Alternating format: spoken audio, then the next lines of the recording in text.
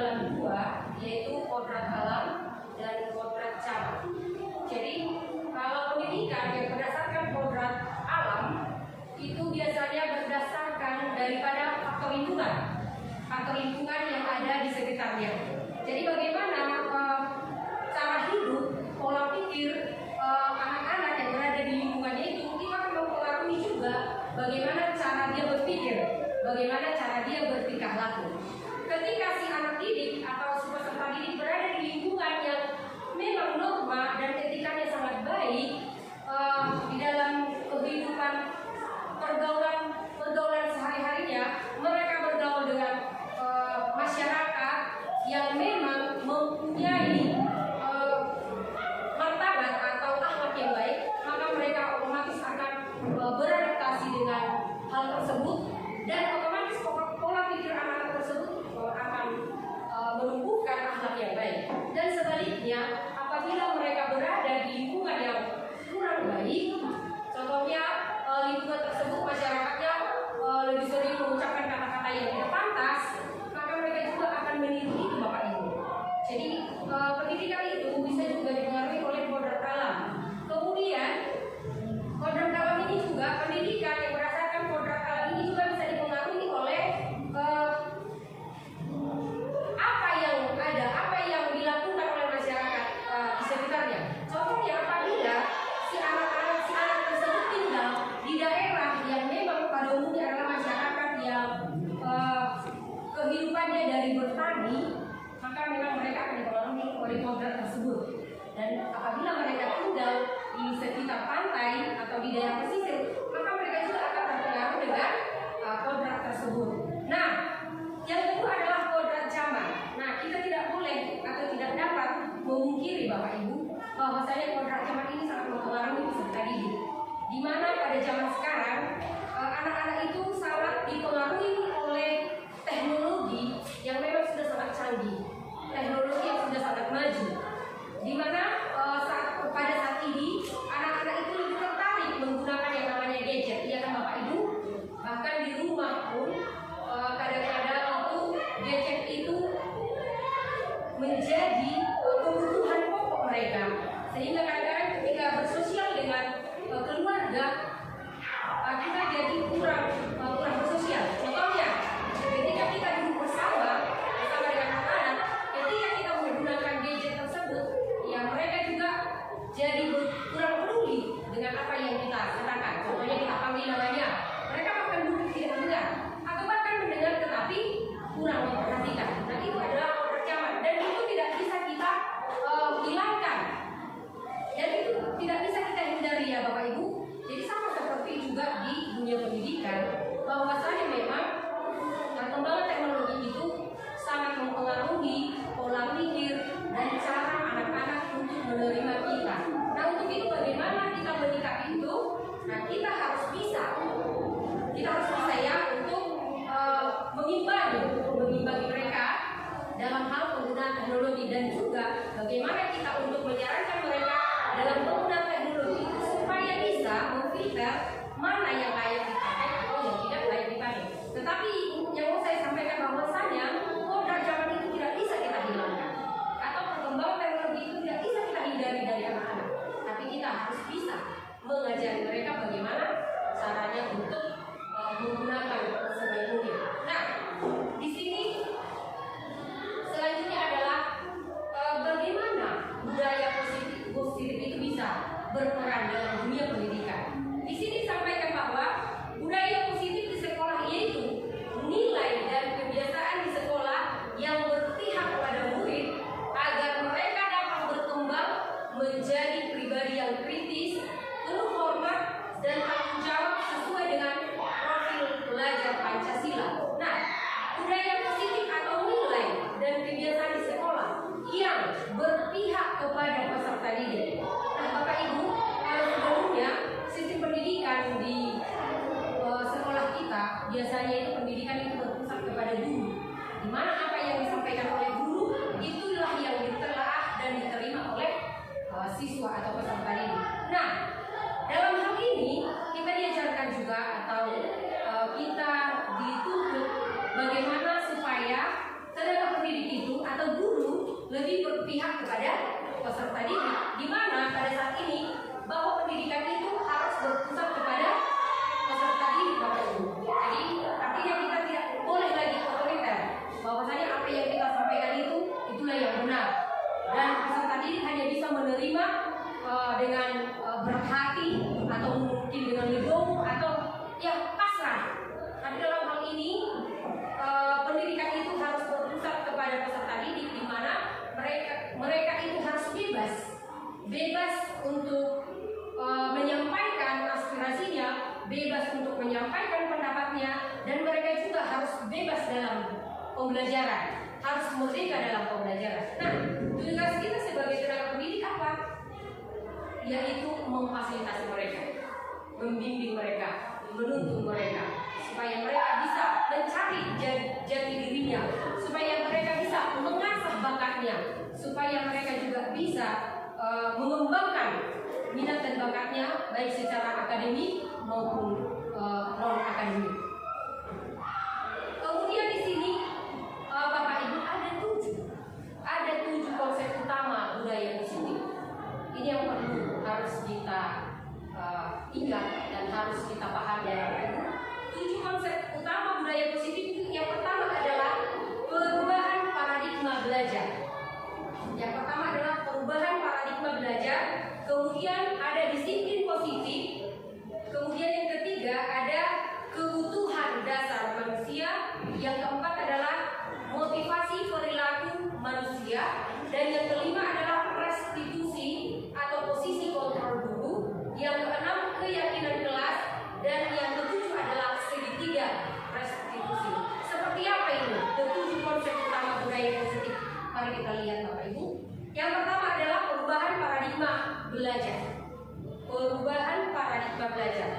Nah, dalam membangun budaya positif, sekolah dapat menyediakan lingkungan yang positif, aman dan nyaman agar siswa mampu berpikir, bertindak, dan menciptakan dengan merdeka, mandiri, dan bertanggung jawab.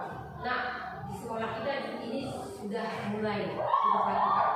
Bagaimana itu membangun budaya positif melalui sekolah yang dapat menyediakan lingkungan yang positif juga. Contohnya apa itu Bapak Ibu? Nah, di sekolah kita ini kan sudah banyak juga kegiatan-kegiatan akademik, kegiatan-kegiatan ekstrakurikuler, di mana siswa atau peserta didik diberikan kesempatan untuk mengasah bakat, menunjukkan talenta mereka, menunjukkan apa yang mereka, potensi apa yang mereka miliki. Nah, lingkungan sekolah juga harus menyediakan fasilitas apa yang bisa digunakan oleh peserta didik dalam menggali potensi dan kemampuan mereka. Kemudian yang kedua di sini, disiplin sangat berkaitan dengan kontrol guru terhadap siswa. Disiplin sangat berkaitan dengan kontrol guru terhadap siswa. Nah, Bapak Ibu, sekarang ini memang sangat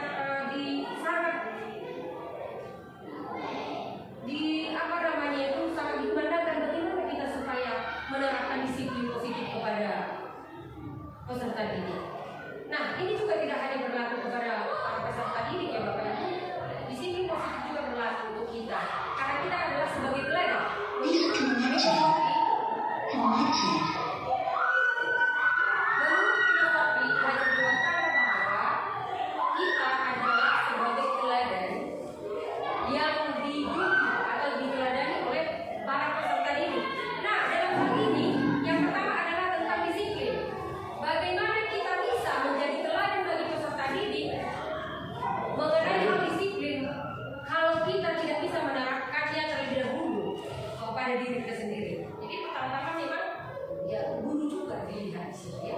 Bagaimana contoh menjadi peserta didik yang memiliki disiplin, karena memang saat ini kita sangat prihatin banyak peserta didik sekarang yang sudah memang jauh dari kata disiplin. Mereka lebih sering sudah melakukan kegiatan atau aktivitasnya tapi sudah lari dari jalur disiplin. Karena kenapa? Disiplin itu adalah kunci keberhasilan kan? Kalau kita sudah mampu mampu menerapkan disiplin ini di dalam kehidupan kita sehari-hari, otomatis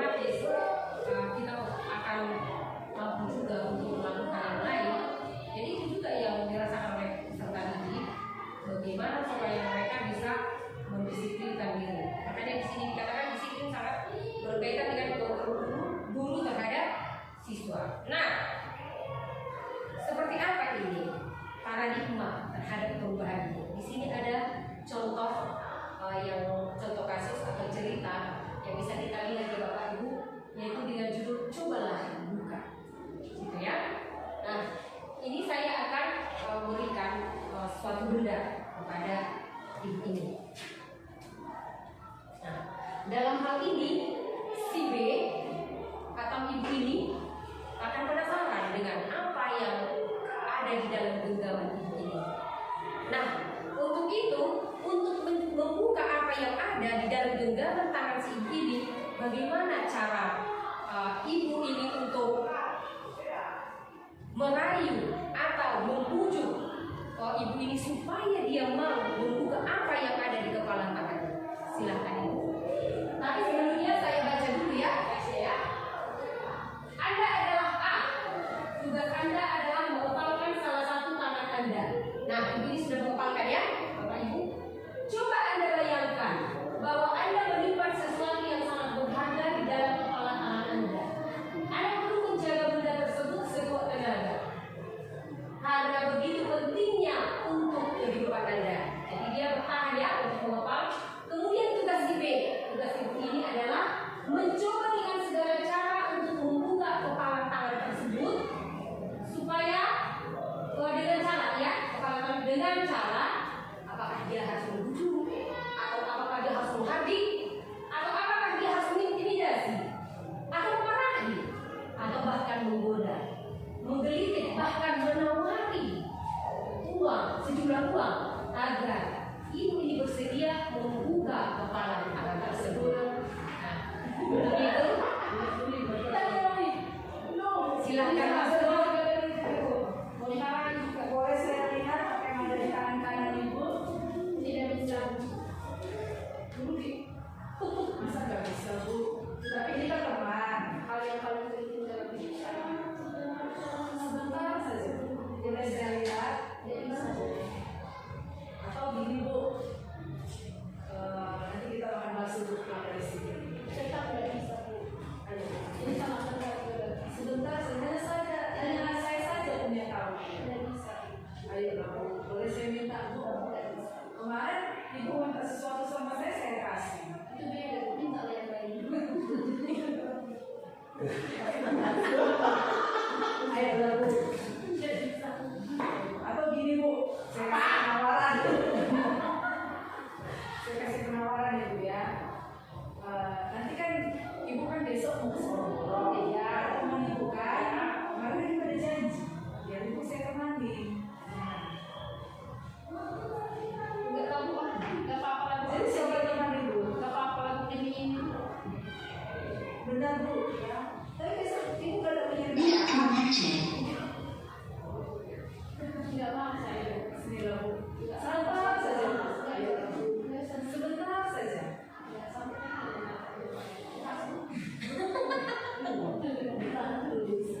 Sebentar saja bisa. Ibu kalau marah jadi jelek. Ini sangat berbahaya bagi ibu. Ini nyawa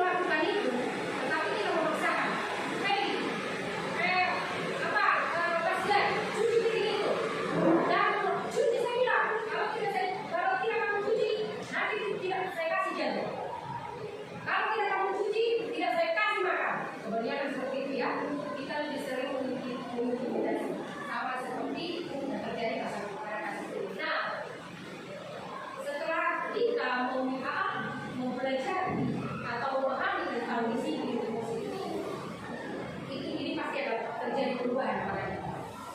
Dengan kita mempelajari disiplin budaya positif ini akan mengubah paradigma kita. Bagaimana sih sebenarnya budaya positif yang baik yang kita ajarkan atau yang kita terapkan kepada peserta didik kita. Nah, di sini dikatakan disiplin adalah kemampuan memerintah diri sendiri. Berarti disiplin itu kembali kepada diri kita sendiri ya Bapak Ibu. Disiplin adalah kemampuan memerintah diri sendiri dalam mengontrol dan menguasai diri untuk memilih tindakan yang mengacu pada nilai-nilai yang kita hargai dengan penuh tanggung jawab tanpa terperintah orang lain. Nilai-nilai yang kita hargai adalah nilai-nilai kebajikan, sifat positif manusia yang merupakan tujuan mulia yang ingin dicapai setiap individu, yaitu nilai-nilai dalam profil belajar Pancasila. Berarti dalam hal ini Bapak Ibu, disiplin itu sebenarnya harus datangnya dari diri kita sendiri. Kita mau bangun cepat, kita mau cepat datang ke sekolah, kita mau memang betul-betul mengabdi, kita mau betul-betul harus melakukan A dan B, itu memang harus datangnya dari diri kita sendiri. Jadi disiplin itu adalah yang datangnya dari kita sendiri, yang memerintah itu adalah diri kita sendiri. Apakah kita harus mau melakukan itu? Apakah kita mau mengikuti perintah itu? Apakah kita mau mengikuti aturan-aturan itu? Itu kembali kepada diri kita sendiri. Kenapa kita sering sering terlambat? Kenapa kita sering mengulur-ulur waktu? Kenapa kita sering harus menumpuk pekerjaan? Itu karena apa? Karena kedisiplinan itu belum ada 100% di dalam diri kita. Coba kalau kita memang mulai kita memperlakukan disiplin itu secara baik di dalam diri kita, semuanya pasti bisa berjalan dengan baik, ya kan? Tidak akan ada lagi di pikiran kita untuk mengatakan nggak usah saya lakukan itu, nggak perlu itu saya lakukan, biarlah seperti itu, biarlah anak-anak seperti itu. Jadi hal itu juga yang terjadi kepada anak kita. Kenapa tugasnya jarang dikerjakan? Kenapa dia bisa datang cepat tapi harus dia coba untuk terlambat? Karena apa? Karena memang disiplin itu belum ada pada dirinya sendiri. Kemudian di sini Bapak Ibu ada juga yang namanya kebutuhan dasar manusia. Dalam hal ini ada 5 kebutuhan dasar daripada manusia. Ada 5 dasar kebutuhan manusia ya, kebutuhan dasar manusia. Setiap tindakan murid dilakukan untuk memenuhi kebutuhan dasar mereka. Nah, yang pertama itu apa? Kebutuhan untuk bertahan hidup. Kebutuhan untuk bertahan hidup itu berarti berhubungan itu dengan yang namanya kebutuhan primer atau memang kebutuhan memang yang wajib harus ada pada kita. Yaitu di situ dikatakan kebutuhan untuk bertahan hidup atau yang disebut dengan survival ya. Jadi contohnya kita harus makan 3 kali. Wah, itu sudah pasti kan? Kita harus makan 3 kali satu hari. Makanan kita itu apa? Nasi, ikan. Itu kebutuhan dasar manusia. Kebutuhan untuk bisa bertahan di hidup. Kemudian kebutuhan akan cinta dan kasih sayang. Pasti.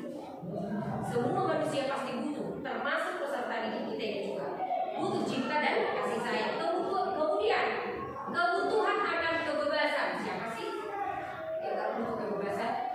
Tetapi kebebasan yang terkontrol oleh Bapak Ibu. Siapa yang tidak butuh kebebasan? Kemudian kebutuhan akan kesenangan. Siapa yang tidak butuh kesenangan?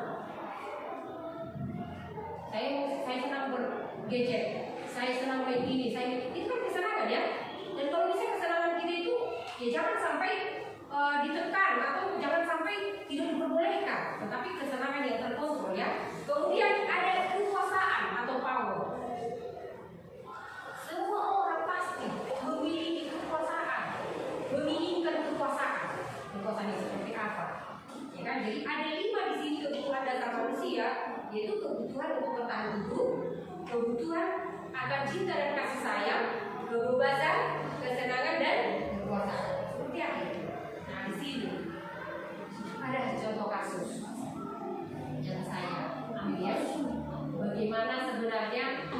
menerapkan kebutuhan 5 dasar kebutuhan manusia itu. 5 dasar kebutuhan manusia tadi ya. Nah di sini saya ambil satu cerita di mana ibu Patu adalah guru kelas 11 manajemen perkantoran di SMK Negeri 1 Bolosau. Dia sedang bingung menghadapi pula salah satu murid di kelas yang bernama Bastian. Si Bastian ini bagaimana ini? Ya, bukan Bastian Purba ya. Beberapa anak telah datang dan mengeluhkan kelakuan si Bastian ini kepada ibu Pasu yang sering kali meminta bekal makan siang dengan cara memaksa. Nah, jika Anda menghadapi situasi seperti ibu Pasu, apa yang akan Anda lakukan? Menurut Anda, kira-kira apa alasan Bastian melakukan hal itu? Nah, ini ya. Kira-kira apa? Seandainya Bapak Ibu berada di posisi ini, kira-kira apa yang Bapak Ibu lakukan terhadap si Bastian? Mungkin ada yang bisa memberikan masukan atau memberikan tanggapan dengan kasus yang tadi. Ini si Bastian ini agak sedikit nakal. Dia sering kali mengambil paksa makan siang kawan-kawannya tanpa permisi. Jadi akhirnya kawan-kawannya banyak yang mengeluh dan disampaikanlah kepada ibu Pasu yang mungkin sebagai wali kelas dia. Kira-kira kalau itu berada pada posisi Bapak Ibu, kira-kira seperti apa? Apa yang bisa Ibu lakukan terhadap Bapak Ibu lakukan terhadap si Bastian tersebut? Ya, silakan Bu. Kalau saya seandainya sebagai ibu Pasu, yang harus saya lakukan adalah mengajak siswa tersebut yang bernama Bastian terkait siswa yang bernama Bastian itu sering memaksa meminta makan siang berkasihan kepada teman-temannya sehingga teman-temannya mengeluh dan mengadukan masalah ini kepada ibu Pasu.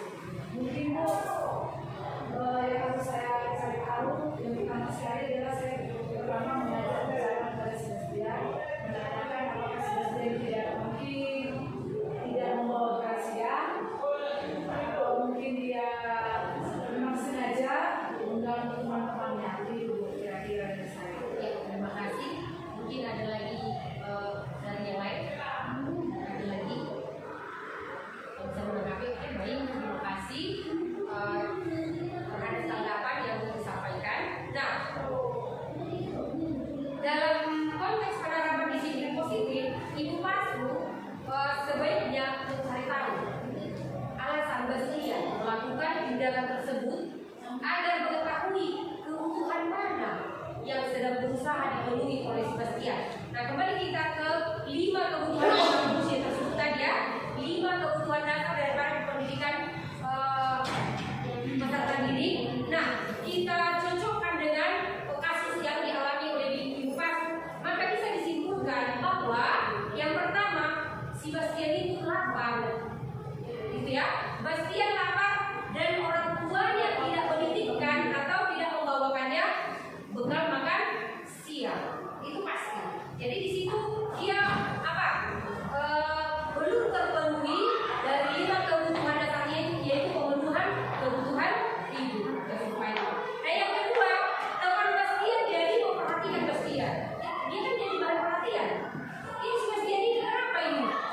Sedikit-sedikit mengambil makanan, sedikit-sedikit mengambil makanan saya. Ini perlu dia juga nih.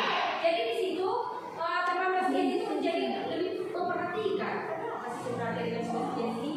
Kenapa dia suka mencuri? Makanya dia suka mencuri ya. Kenapa dia sering mengambil makanan kita ya? Kenapa dengan si Bastian ini? Nah, jadi di situ bisa dikatakan ya kebutuhan akan kasih sayang. Dia seperti cari perhatian. Ketika dia mengambil makanan itu, dia kan sebenarnya cari perhatian. Nah, jadi di situ seperti yang itu membutuhkan kasih sayang. Mungkin di rumah dia kurang terpenuhi, akhirnya di sekolah dia. Kemudian Bastian merasa hebat karena temannya jadi takut. Ketika si Bastian mengambil makanannya, teman-temannya ketakutan. Jadi di situ dia menunjukkan kekuatannya, menunjukkan powernya. Kemudian yang keempat, Bastian merasa bosan dengan bekal yang diberikan. Jadi kalau dikatakan bosan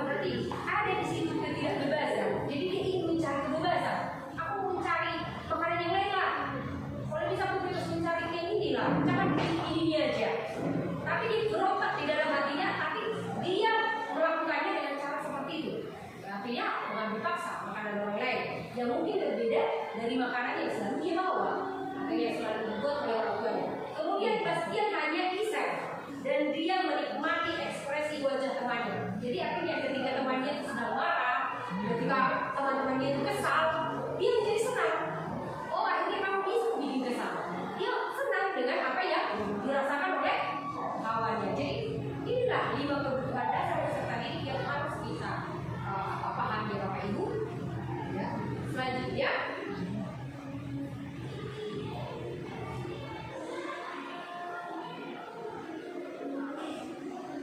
nah apa yang menjadi dasar teori motivasi perilaku daripada manusia? Di sini ada 2. Ya, teori motivasi perilaku manusia ada 2. Yang pertama itu adalah motivasi intrinsik, ya, yaitu motivasi yang berasal dari dalam diri kita sendiri. Yang kedua adalah motivasi ekstrinsik, yaitu motivasi yang berasal dari luar dari diri kita sendiri. Nah, motivasi intrinsik ini adalah motivasi yang berasal dari dalam diri kita sendiri. Ini sebenarnya jauh lebih kuat, mempengaruhi kita apabila kita bisa, ya, memotivasi diri kita sendiri untuk melakukan A, melakukan B, melakukan C. Motivasi intrinsik itu jauh lebih kuat daripada motivasi ekstrinsik. Kenapa Bapak Ibu? Motivasi intrinsik itu adalah kesadaran diri kita untuk melakukannya. Ah, saya mau nggak terlambat kan? Ah, saya mau makan teratur. Ah, saya mau juga tugas saya harus saya selesaikan dengan tepat waktu. Itu adalah motivasi dari dalam diri kita sendiri. Artinya dengan kesadaran penuh, peserta didik mau mengerjakan, melakukan apa yang menjadi kewajibannya.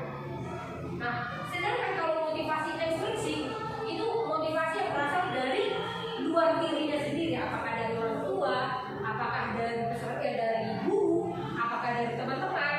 Tetapi dalam hal ini motivasi ekstrinsik ini kurang kuat itu mempengaruhi kita. Karena apa? Kadang-kadang kita mau melakukan itu hanya karena keterpaksaan. Nanti kamu tidak kamu kerjakan PR-mu, kata gurunya, saya akan kasih kamu nilai 50. Akhirnya dia dengan terpaksa, peserta didik dengan terpaksa mengerjakan tugas. Nah, kalau yang namanya kata terpaksa, biasanya itu tidak akan dikerjakan itu secara rutin. Dia akan mengerjakannya kadang-kadang, karena takut dengan ancaman. Atau mungkin begini. Nanti kalau kamu kerjakan PR-mu, saya kasih nilai 100. Nanti kalau kamu tidak datang terlambat lagi, saya kasih kamu nilai ini, saya berikan kamu ini. Nah, itu adalah motivasi ekstrinsik dan itu tidak permanen. Kalau bisa saya katakan, itu tidak permanen itu di dalam diri kita. Kenapa? Karena itu adalah keterpaksaan. Bagaimana supaya kita menerima atau mendapatkan sesuatu. Sedangkan kalau motivasi yang berasal dari dalam diri kita sendiri, itu adalah kesadaran diri penuh. Jadi kita berharap memang motivasi intrinsik ini atau motivasi dari dalam diri kita sendiri harus lebih banyak mempengaruhi kehidupan kita, kehidupan peserta didik. Itulah dia teori motivasi perilaku manusia. Selanjutnya adalah hukuman dan konsekuensi. Nah, sebelum saya paparkan lebih lanjut, mungkin ada di antara kita yang bisa membedakan sebenarnya apa itu hukuman dan apa itu konsekuensi. Gimana perbedaannya? Bukankah hukuman dan konsekuensi itu sama? Atau mungkin berbedakah itu? Ada Bapak Ibu yang bisa memberikan masukan? Kira-kira hukuman itu apa? Kalau konsekuensi itu apa? Ada?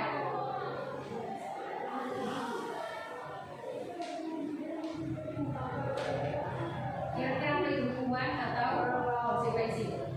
Boleh aja dikasih aja masukannya, nggak ada yang salah di sini. Semua benar.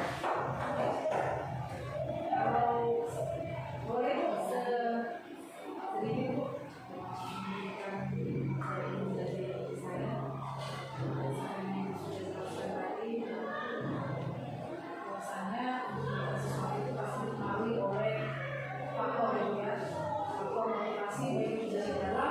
diri sendiri, siswa itu sendiri maupun dari luar, dan itu sangat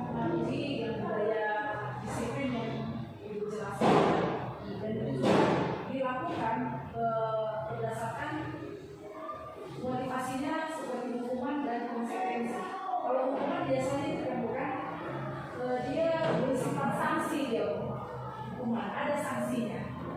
Nah, sedangkan konsekuensi dia karena kesepakatan. Artinya sebuah sikap yang dilakukan itu dilakukan berdasarkan kesepakatan kedua belah pihak. Nah, sedangkan kalau hukuman dia dilakukan dan tidak dilakukan karena adanya sanksi. Terima kasih masukannya, itu sangat luar biasa. Ada lagi yang lain Bapak Ibu? Ya silakan. Oke, terima kasih Bu. Kami perbedaan hukuman dan konsekuensi.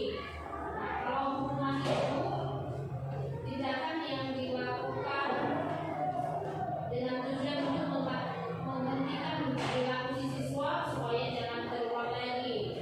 Jadi hukuman itu bisa diberikan berupa hukuman fisik, verbal, bisa juga hukuman berupa seperti teguran, seperti yang tadi dikurangi, memberikan ejekan ke siswa seperti itu. Sedangkan kalau konsekuensi itu hasil kesepakatan kita, keterlibatan antara guru dengan peserta didik. Kalau kita sudah pernah membuat keyakinan, jika kita melanggar keyakinan itu akan mendapat konsekuensi yang dilakukan siswa dan itu sudah disepakati seperti itu. Terima kasih Bu. Terima kasih untuk masukannya, sangat luar biasa Bapak Ibu yang memberikan masukan. Ya, hukuman dan konsekuensi, hukuman berbeda, itu pasti berbeda. Walaupun itu harus menerima ganjaran dari apa yang mereka lakukan. Tapi seperti yang disampaikan oleh Ibu tadi, kedua Ibu tadi, bahwasanya hukuman itu adalah ganjaran dari apa yang dilakukan, dari kesalahan yang dilakukan. Contohnya, tidak mengerjakan tugas, tidak mengerjakan PR, maka dia akan apa? Disuruh keliling oleh guru. Nah, itulah sanksinya, itulah hukumannya terhadap apa yang tidak kesalahan yang dilakukannya. Jadi hukuman itu adalah sanksi terhadap pelanggaran terhadap aturan yang berlaku.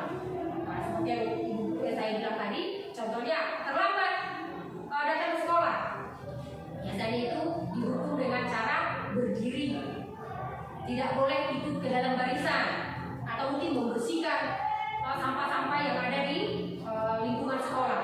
Itu adalah bentuk hukuman. Sedangkan kalau konsekuensi adalah dari apa? Sanksi dari kesepakatan yang telah disepakati.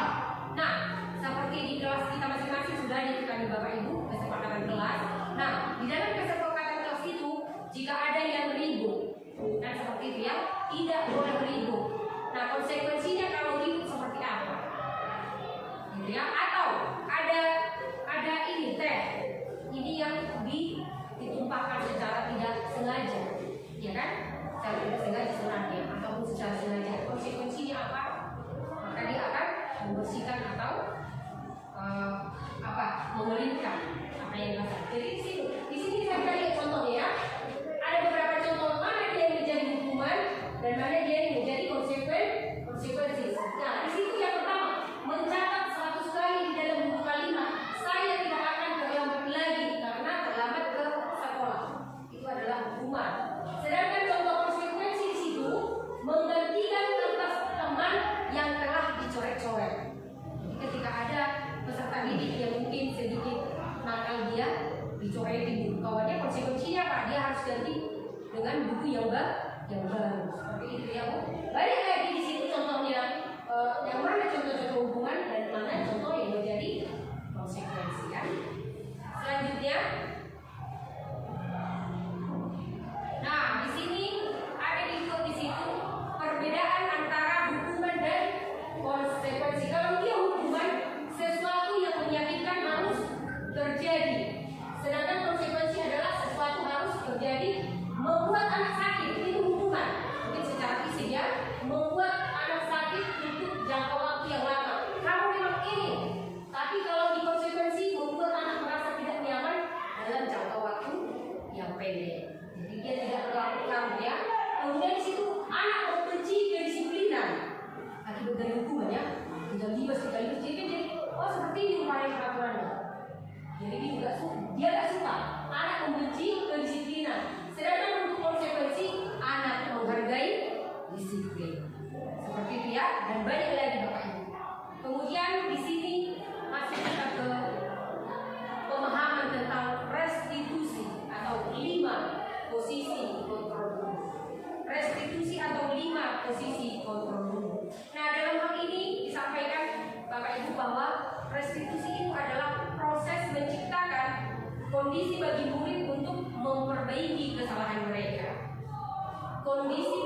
lebih untuk memperbaiki kesalahan mereka sehingga mereka bisa kembali pada kelompok mereka dengan karakter yang lebih kuat. Jadi mereka tidak jadi minder, tetapi mereka jadi bisa kembali pada kelompok mereka dengan karakter yang lebih kuat. Nah, apa saja itu 5 posisi kontrol guru?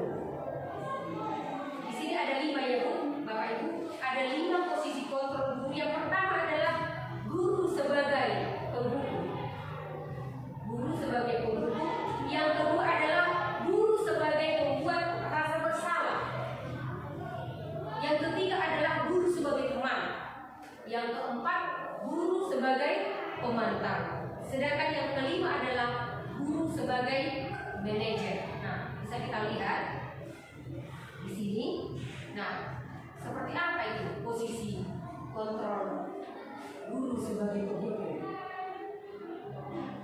Nah, bisa kita lihat di sini penjelasannya bahwa guru percaya bahwa cara dialah yang terbaik. Cara yang dilakukan itu yang terbaik. Kalau dia sebagai penghukum, guru percaya bahwa apa yang dia lakukan itu itulah yang terbaik. Nah, jadi dalam hal ini guru biasanya memang menggunakan hak otoriter ya. Kamu salah, kamu memang sudah salah, kamu jangan lagi mengelak.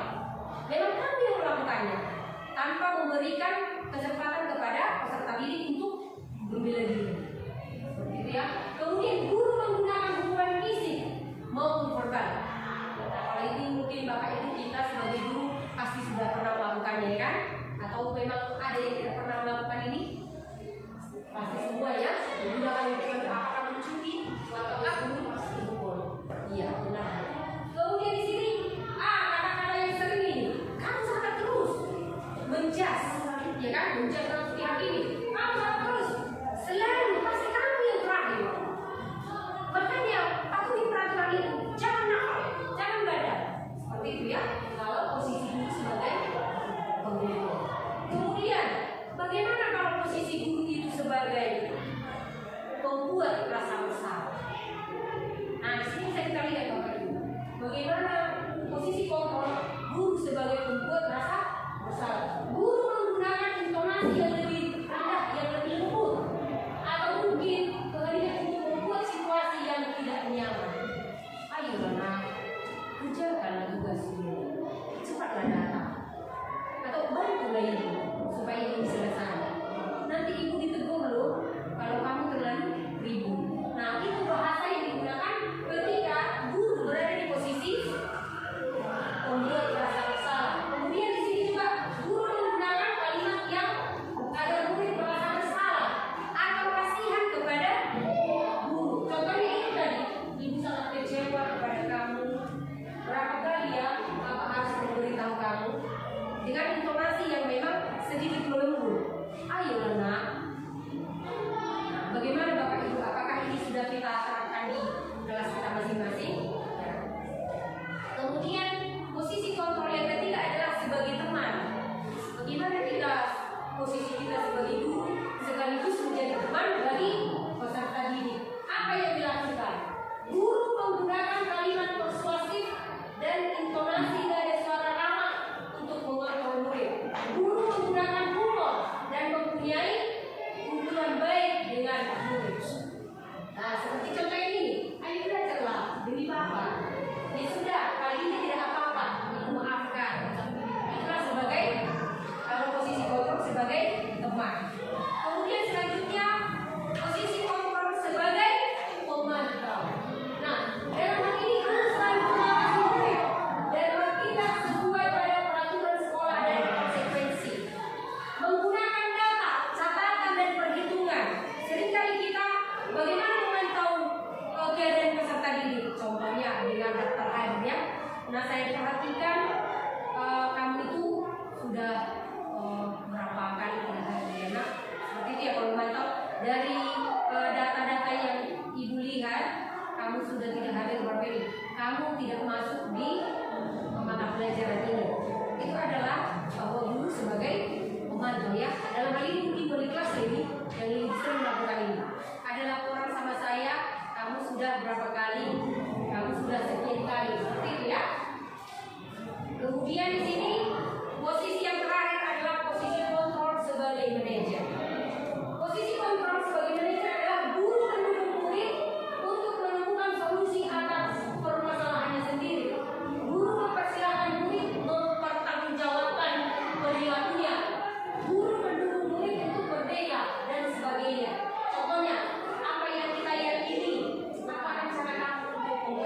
posisinya.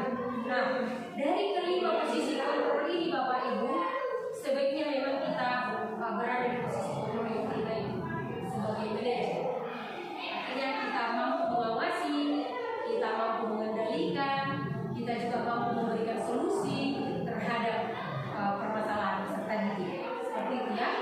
Jadi itu yang kita harapkan untuk sekarang ini, bahwasanya dari kelima posisi kontrol ini, posisi sebagai manajer bisa kita gunakan sebagai guru ya Bapak Ibu. Nah, sebelum kita masuk ke materi selanjutnya, pemahaman selanjutnya, di sini ada video tentang 5 posisi kontrol daripada guru yang bisa kita tonton untuk lebih memahami, untuk lebih memberikan pemahaman kepada kita bagaimana sih sebenarnya 5 posisi kontrol guru itu yang paling baik.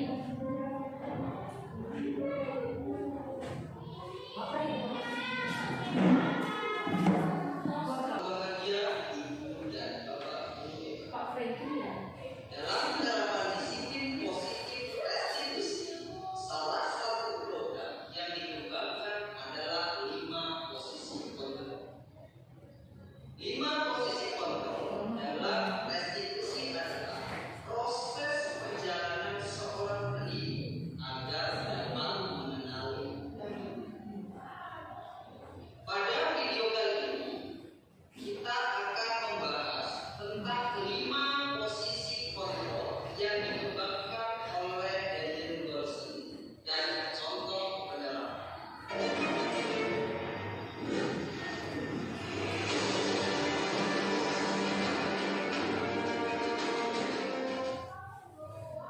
5 posisi kontrol di manajer. Untuk lebih memahami kelima posisi tersebut, mari kita saksikan kasus Java yang terlambat hadir 20 menit di sekolah dan melihat bagaimana kelima posisi kontrol dalam menghadapi masalah tersebut.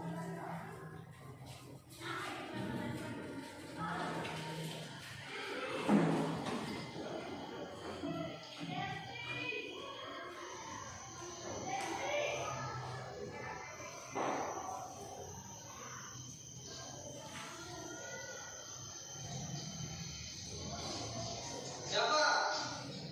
Sini kamu.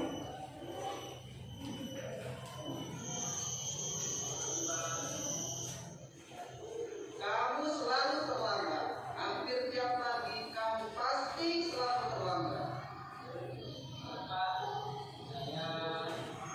Apa? Apa coba? Alasan kamu apa lagi? Hampir tiap hari kamu telat. Malas sekali ya jadi anak. Dasar malas. Kapan sih kamu tidak terlambat? Setiap hari pasti kamu terlambat. Sama. Kamu keliling lapangan upacara 2 kali.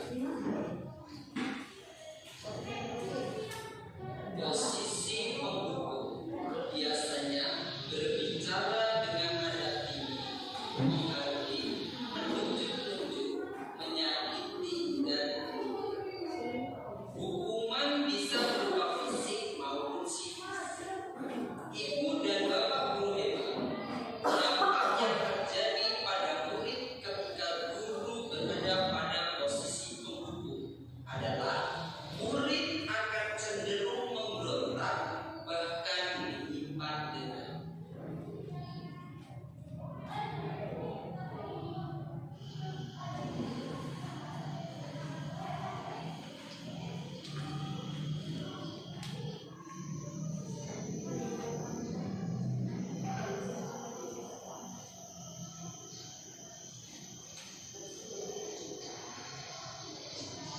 Siapa? Dapat. Kamu kenapa sahabat lagi nak? Ya Tuhan. Kau senang? Kau susah. Siapa?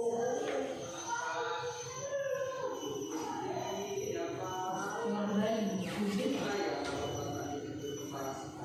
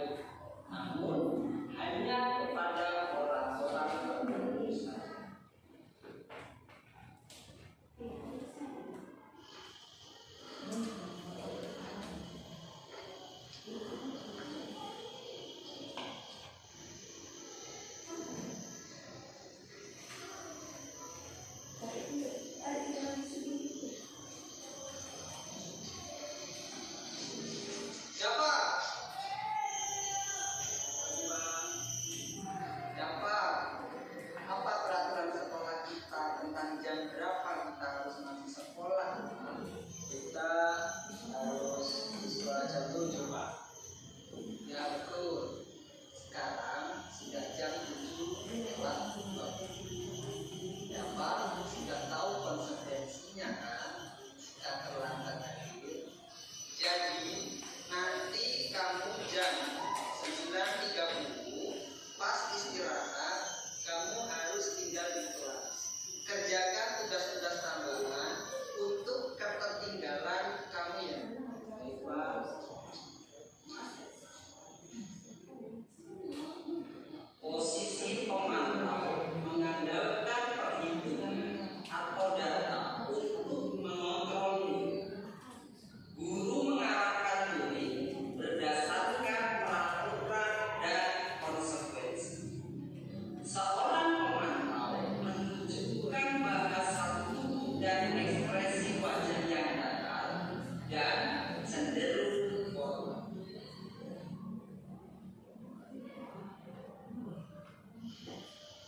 Nah, ini posisi terakhir ya Bapak Ibu, posisi sebagai manajer.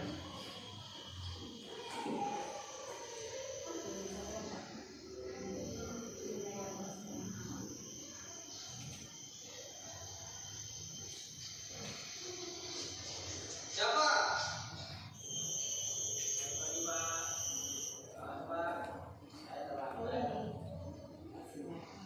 Ya, sekolah masihnya jam 7. Sekarang sudah jam 7:20. Jadi sekarang bagaimana kita? Pak, saya lupa setelah saya semalam. Baiklah, menurut kamu keyakinan sekolah yang mana yang perlu kamu tingkatkan? Belajar diri sendiri dari orang lain mungkin Pak. Setuju. Jadi, apakah dapat meyakini prinsip saling menghormati tersebut? Iya Pak, saya meyakininya. Bagaimana kamu akan memperbaiki masalah keterlambatan? Saya akan membangun dari pemikiran saya Pak. Baik, kalau dapat kamu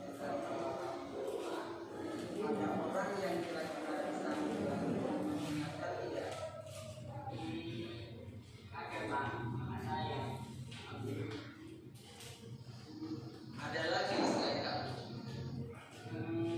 Selain Kak Budi, ada ibu saya.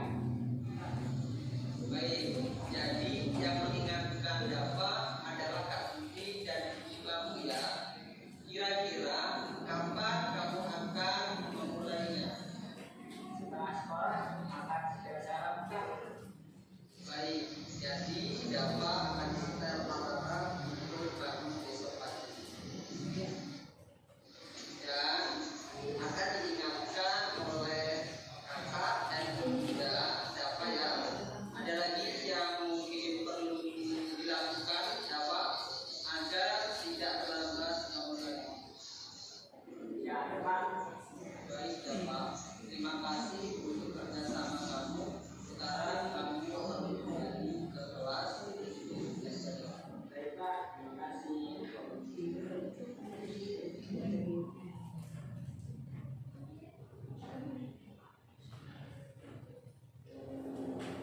Baik, tadi kita sudah menonton video tentang 5 posisi kontrol guru. Jadi kembali kepada kita Bapak Ibu, posisi yang mana yang mau kita gunakan, yang lebih baik untuk kita lakukan di dalam proses pembelajaran kita ya Bapak Ibu.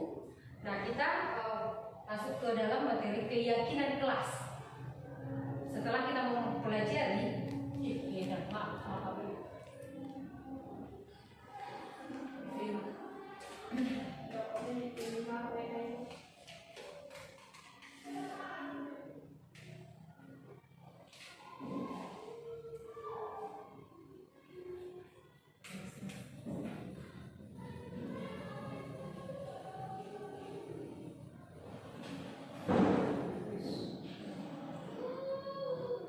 ya, ini adalah tentang segi 3 restitusi ya. Segitiga restitusi.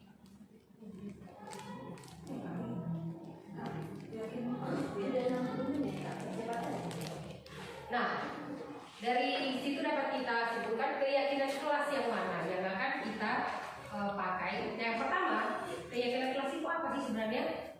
Keyakinan kelas itu adalah nilai-nilai kebajikan atau prinsip-prinsip universal yang disepakati bersama antara guru dan juga peserta didik, terlepas dari perbedaan agama, suku, bahasa, dan negara. Jadi Bapak Ibu, menurut dosen, keyakinan akan lebih memotivasi seseorang dari dalam atau dalam diri kita. Seseorang akan lebih bersemangat untuk menjalankan keyakinannya daripada hanya sekedar mengikuti peraturannya. Itu adalah keyakinan kelas. Kemudian selanjutnya adalah segitiga restitusi. Nah, segitiga restitusi ini adalah suatu proses dialog atau perbincangan yang dijalankan oleh antara guru, orang tua, dan juga siswa yang dapat menghasilkan murid yang mandiri dan bertanggung jawab. Itu adalah segitiga restitusi. Nah, diagram segitiga restitusi seperti ini ya, Bapak Ibu. Di situ ada dikatakan bagaimana menstabilkan identitas ketika terjadi suatu permasalahan. Bagaimana kita menstabilkan identitas dulu, kemudian bagaimana kita memvalidasi tindakan yang salah terhadap apa yang dilakukan oleh peserta didik, dan yang terakhir bagaimana kita menanyakan keyakinan terhadap siswa tersebut. Nah, yang pertama, bagaimana menstabilkan identitas? Di sini ada salah satu contoh ketika anak membuat kesalahan. Di situ guru berkata, berbuat salah itu hal yang manusiawi. Jadi kalau selama ini kita memperlakukan seperti apa? Kamu sudah salah. Memang kamu sudah salah, bilang aja kamu salah. Jadi kalau di sini kita stabilkan dulu keadaan peserta didik dengan cara bagaimana? Kita pasti pernah melakukan kesalahan. Itu manusiawi. Nah itu dalam prakteknya bagaimana kita memperlakukan mempraktekkan segitiga restitusi itu yang benar itu. Yang pertama, menstabilkan identitas dulu. Jadi kita pasti bisa menyelesaikan permasalahan ini. Bapak Ibu tidak tertarik untuk mencari tahu siapa yang benar, siapa yang salah, seperti itu biasanya ya. Bapak tidak perlu mencari tahu siapa yang benar, siapa yang salah. Tetapi Bapak Ibu tertarik atau Ibu lebih tertarik untuk menyelesaikan masalah. Seperti itu. Kemudian di sini ada validasi. Bagaimana cara memvalidasi? Biasanya kata-kata yang kita kalimat-kalimat keluar adalah kamu bisa saja melakukan hal yang lebih buruk, tapi kamu tidak melakukannya kan? Atau kamu pasti punya alasan mengapa melakukannya. Ya kalau selama ini kan tidak, kita langsung menghakimi.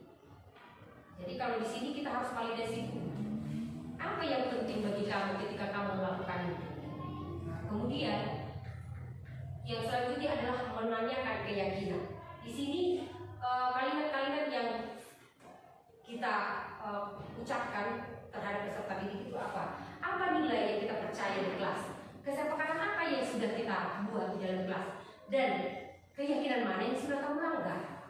Kira-kira seperti itu ya, untuk menanyakan keyakinan terhadap peserta didik. Karena di sini kalau kita melihat kesalahan anak yang utama kita sampaikan kepada peserta didik adalah bagaimana dengan kesepakatan kelas ini sudah kita sepakati, dan apa yang sudah dilanggar dan apa konsekuensinya. Jadi kita tidak langsung menghukum mereka dengan dengan visi atau mungkin menghukum mereka harus lari-lari belakangan, tapi konsekuensi apa yang membuat mereka sadar bahwa apa yang mereka lakukan itu salah, dan mereka harus bisa sadar bahwa pembelajaran apa yang mereka dapatkan dari kesalahan yang mereka perbuat. Seperti itu ya Bapak Ibu. Nah, demikianlah pemaparan saya tentang budaya positif di sekolah. Mudah-mudahan ini bisa kita lakukan secara step by step Bapak Ibu ya. Dan itu butuh proses. Tidak mungkin tiba-tiba langsung bisa terjadi terlaksana di sekolah ini. Tapi itu bisa dilakukan step by step, dan perlu adanya kolaborasi di antara kita, antara guru dan peserta didik, supaya ini bisa terlaksana di sekolah kita. Demikian yang bisa saya paparkan. Terima kasih jika ada kesalahan yang saya buat, dan pasti itu mohon dimaafkan. Terima kasih.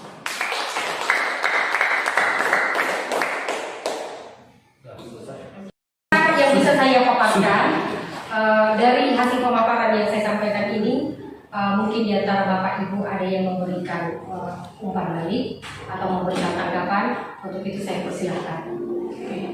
Silakan. Terima kasih Bu buat waktunya.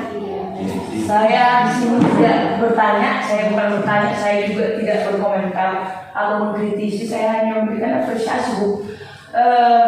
Bahwasanya apa yang dipaparkan sangat bagus, pemaparannya sempurna menurut saya dan banyak menjadi yang saya dapatkan di sini. Dan mudah-mudahan ke depan saya sebagai guru bisa mengaplikasikan apa yang boleh saya dapatkan melalui seminar kita hari ini. Dan kalau saya boleh mengapresiasi apa yang dipaparkan tadi sudah cukup bagus. Terima kasih.